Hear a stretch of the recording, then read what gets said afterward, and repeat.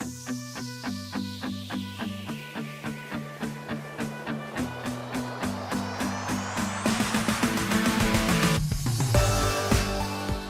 guys, Shane McMurray from the Wedding Report. In this episode, I interviewed Caitlin, who is a ballroom and wedding dance instructor. Her company is Tulle Tuxedo, and she's located in Minneapolis, Minnesota. Enjoy. All right, Caitlin. Good morning, and or good afternoon, wherever you're at. Um, so tell me about your business. Tell me what city you're in, what you do, and I mentioned your website address, your Instagram, all that good stuff. Mhm. I do ballroom and wedding dance. My business name is called Tulle Tuxedo, and I'm based out of Minneapolis. I just launched an online wedding program as well called Nice. Fairy Tale First Dance. So both of the businesses have Instagram, both have website, Tulle Tuxedo and Fairy Tale First Dance. But specifically, I tell stories through the first dance. Interesting. Explain that. What do you mean? So I grew up with champion dance parents, which is very unusual.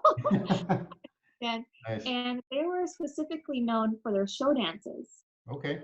And one thing about an entertaining show dance is you're really telling a story.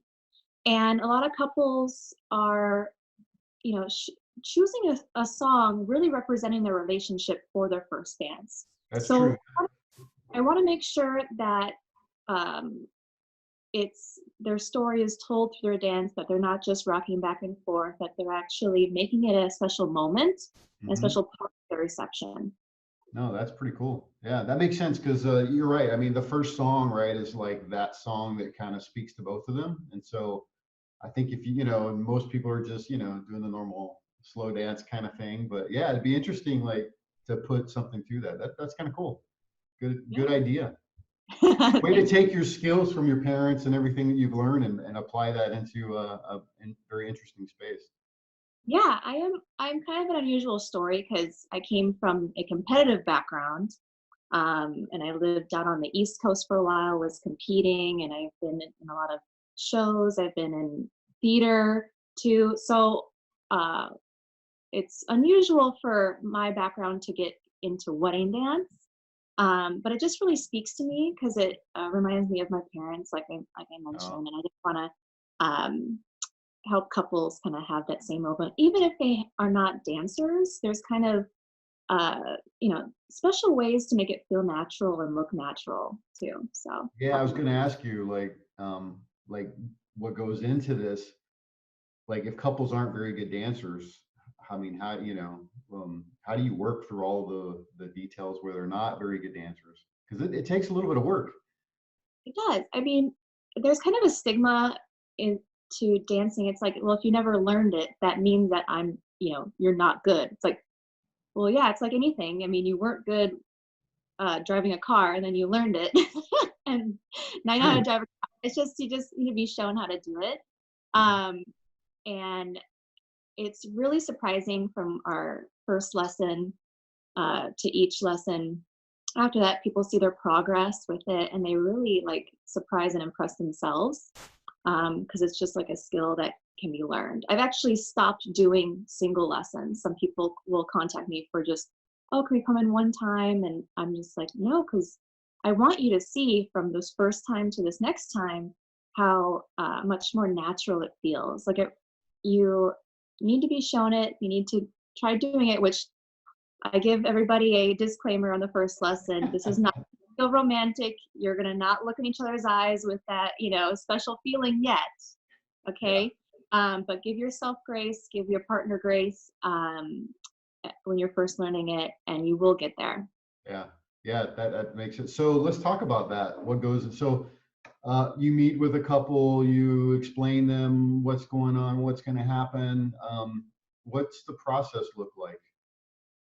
The process for me, I kind of work backwards in the sense that from choosing their initial program, it's not based on how many times you want to see me. It's based on, okay, what's the end result you want, and then we'll work back backwards from that. So I have it all the way from, I just don't want to rock back and forth to I want to spin and dip to I want to be Dancing with the Stars worthy. Yeah. So, and then the number of lessons is based upon that. I'll get mashups too, so it's kind of sometimes a case by case. But and then we start from kind of the middle on outwards. So I give them Okay. a sequence uh, of their dance, so they're really learning the steps and just kind of what to do throughout their song. And then typically I'll bookend it, meaning I give them options like how they want to walk on, Hmm. because I don't want to just show them this is what you do. I want to make it like their own because they're going to feel more comfortable that way. So I give them options like, do you want to look like this? Do you want to do this? And then they get to choose their entrance and their ending Yeah. as well. Nice. Nice. So how many lessons typically go into a whole thing? Like, I guess it depends maybe on their skill level, perhaps, or where they're at. Is in how many lessons you say, we might need 5 lessons, we might need 10 lessons, or we might need 3 lessons. I don't know. Yeah, yeah. I would say for like a very simple routine, because I'm very like efficient. Like I have I've been doing this for a long time. I mean, I'm still young, but I grew up doing this. Yeah, yeah. It's So, in your blood. yeah, it's in my blood. So I've made it very simplistic and to the point, and where people are able to grasp it pretty easily. I would say my lowest level package would be like 2 lessons. Um, and it goes up from there. So I would say like for a nice routine, where you could do like lifts and stuff, a Hmm. couple would be like 8 lessons on up. Okay. So um, yeah. How much time do they spend in each lesson? Is it hour, half hour, 2 hours? I The industry standard now is 45 minutes, but Okay. it ranges from, person Yeah. to person. I guess it depends on them and their skills and what they want to do, right? It's Yeah, I think it's more based on what they want to do. I think a big part too is like putting in the time outside of when you see your yeah, teacher. yeah. Um, I've had couples where, they only practice when they see me, and then, it gets down to our last lesson. So my last lesson is always a polishing lesson. Mhm. So we don't do anything new. It's just more so like dancing it through, making sure it looks good, make sure it feels good, that it flows. Um, and when they get down to like their later lessons and they still don't have like the map of what to do in their Mhm. set in their minds, they haven't put in the time, then they start to feel it. They're like, oh, it should be getting easier. Maybe I should practice more. Um, but yeah, so I think it's really about time. I mean, some people will get it really fast. Some people will get it, a little slower, but they will get it. Yeah, that makes sense. Um, what does your packages start at? So if I wanted to, well, I guess it really depends, but starting price, what are we looking at for dance lessons for my wedding? Dance lessons, they range from about 100 on up, Hmm. like session. Yeah, Uh, I'll do, father-daughter dance too, as well as general ballroom dancing to really enjoy the reception, nice. uh, outside of just the first dance. So, Because so you doing the family too? Like the family come in and they all do work on it together, or are you mostly doing couples? I mostly do couples, but I will do like a group class as well for Okay. the reception. Kind of Yeah, depends. that's awesome. Yeah, that'd be a lot of fun because everybody needs to figure out how to do something good for the wedding, right? Yeah, I mean, aside from just that wedding, like dancing's a life skill. You're going to use it again at a future, wedding, or Event. you're at a concert and people are dancing and you can kind of, grab your partner and get going. Yeah. So it's a good life skill to have, Hmm. um, that our society has gotten away from. It's not like part of the, I want to say like 1950s. It's like everybody knew how to ballroom dance. It's just what you did, Now now we Yeah. kind of get away from that, and but it's really, I think dancing is really the heart of the reception. If people are dancing, they're having a great time, Yeah. so Yeah. it's super important. Yeah, that makes sense. So how close to the wedding are you usually doing the dance lessons? Like the week before, or a couple weeks before? When are you in and when are you out, basically? Uh, I typically tell my couples 2 to 3 months is a great start time. Yeah. Um, I think the biggest mistake couples make is thinking that I'll remember our dance if I learn it a week before. It's like, Mhm. no, please. And the reason why that is because dancing is muscle memory. Yeah. Um, I don't want you to be in your head while you're dancing and thinking, okay, now forward and side and back. And Mhm. if you want to have just your body take over, it's very likely you've, had a couple of glasses of champagne by now.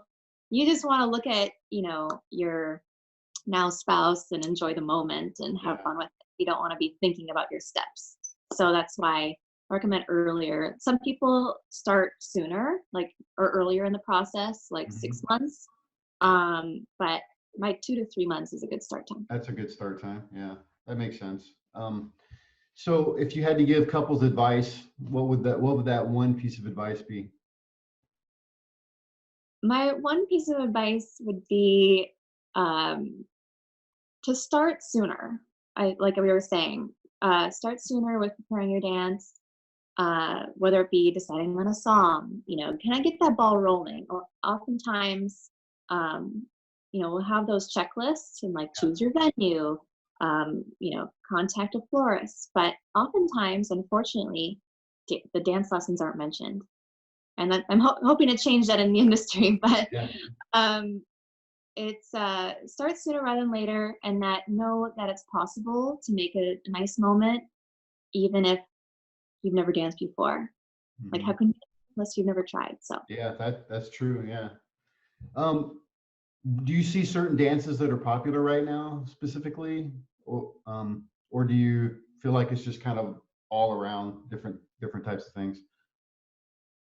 I think generally people want to make it a romantic moment. Um, I've had people want to do like, more fun things. Let's, Mhm. spice it up, whether it be like, maybe she's Mexican and they want to have salsa in it, but they'll still make it like a mashup where it starts out with another song that's slower. So they still have that kind of romantic moment.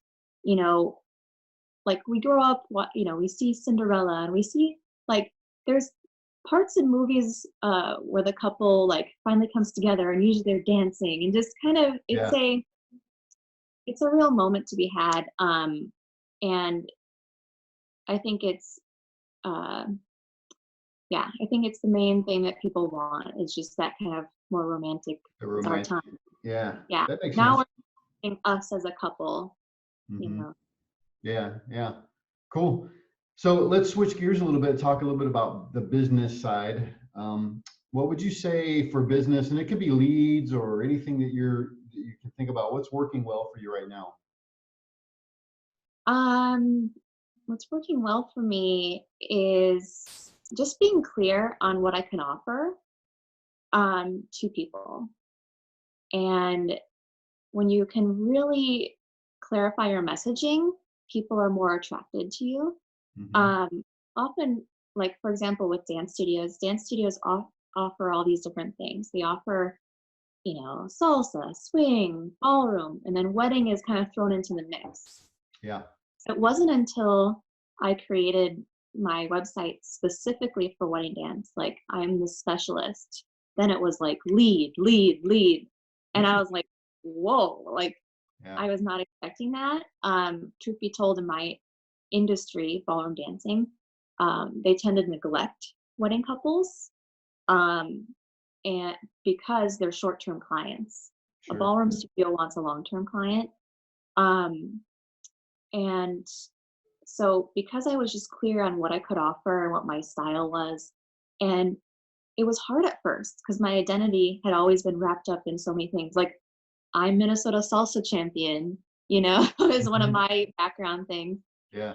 And I just felt like, oh, if I only talk about wedding dance, maybe that's not, such a good idea, but it really was, especially in the online realm where a lot of people are finding you nowadays, right? Where they're searching on Google, or they see you pop up on Instagram, or Yep. somebody tags you.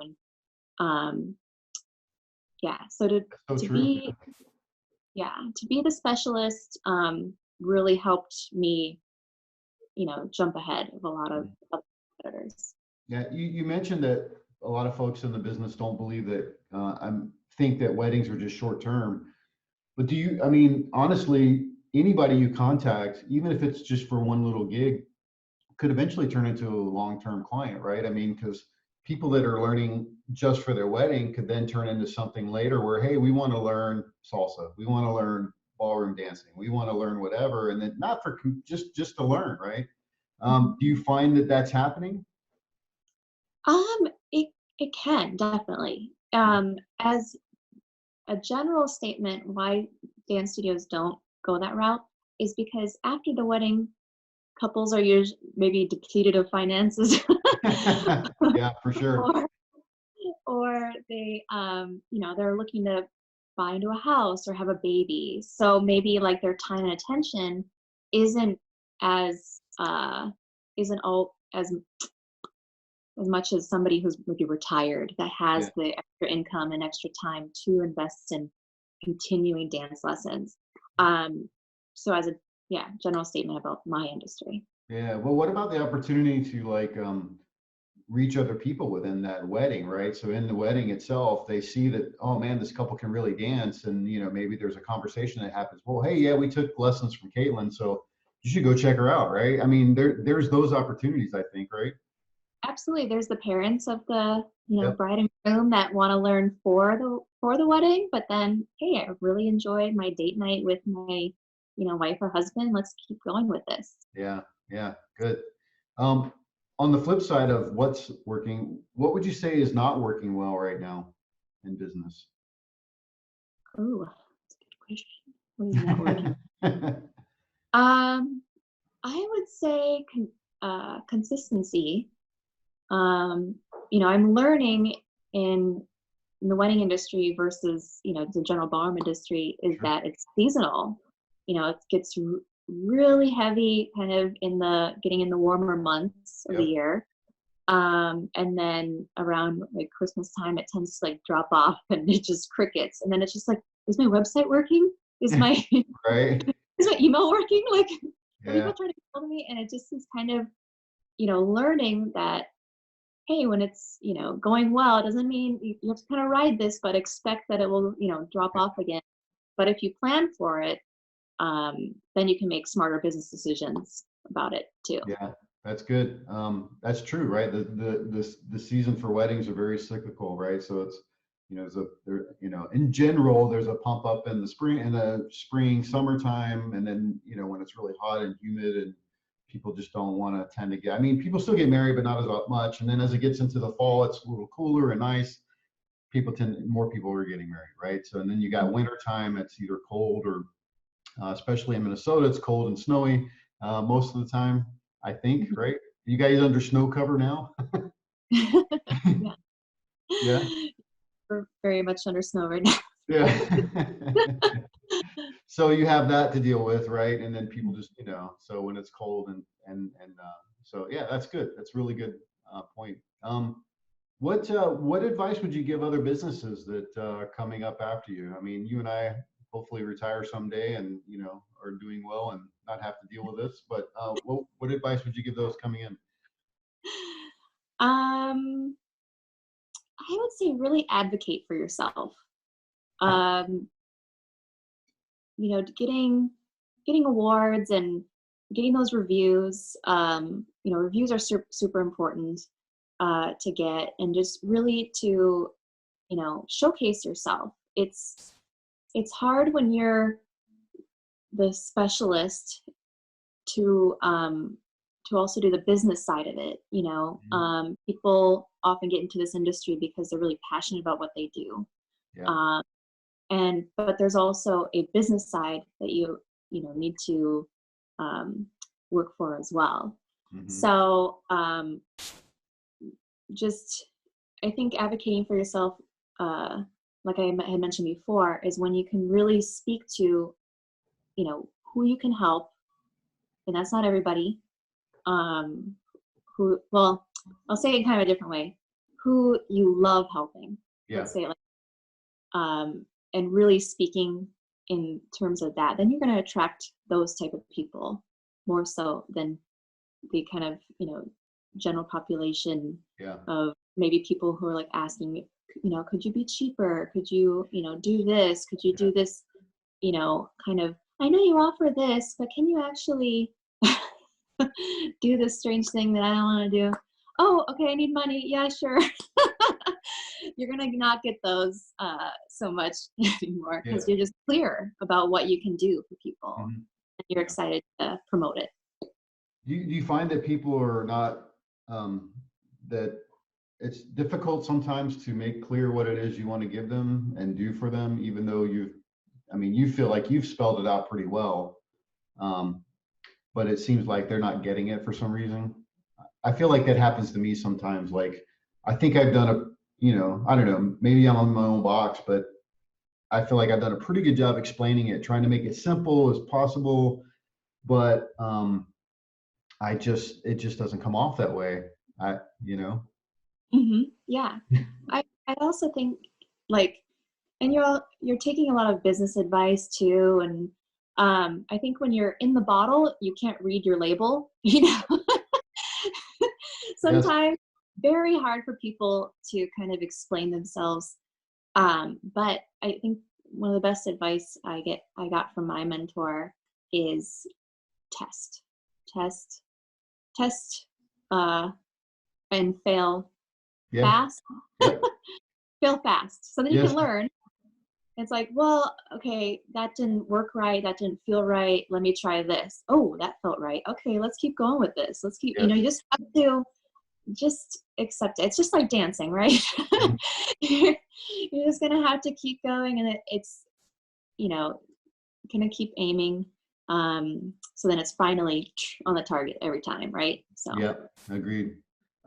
So, being a creative, do you feel like the business side is more difficult? Because there's a lot of stuff you have to do as a business owner, right? Small business person, right? You've got not only the stuff that you have to deliver creative wise, but you've got the marketing, you've got the accounting, and you've got the taxes, and you've got all that stuff business wise. Do you find that a struggle sometimes?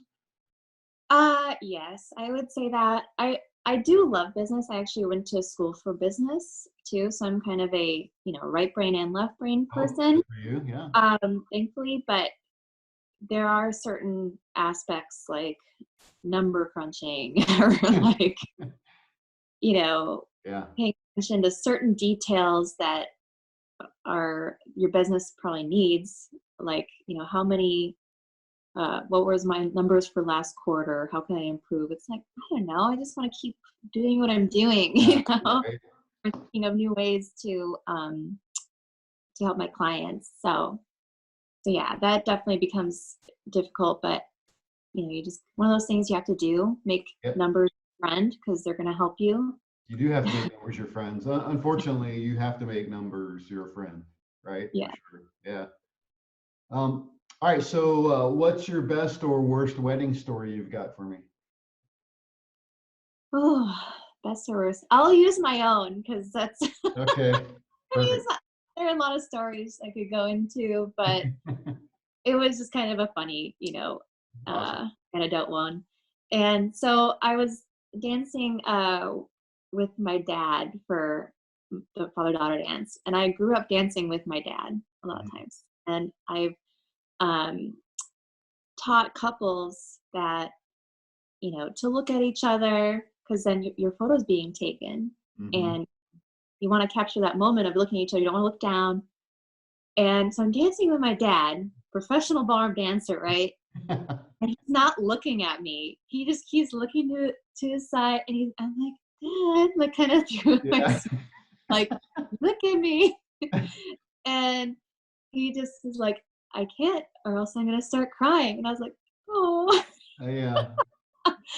And then another thing that I tell my couples, because usually they'll do the first dance and then daughter dance right after. Yeah. And I always tell the groom, it's okay, after you do the dip and kiss or whatever you're doing, you're going to offer your arm and then escort her to her dad or escort her off the floor. Hmm. Don't just leave her there. Little did I think to tell my own dad that. He just He like, left you hanging. and then leaves me on the floor. And then it was going to be our first dance. And I was like, kind of kicking myself, you just kind of feel like, okay, it's like, who wants, me next type of feeling. It's just one of those things where Yeah.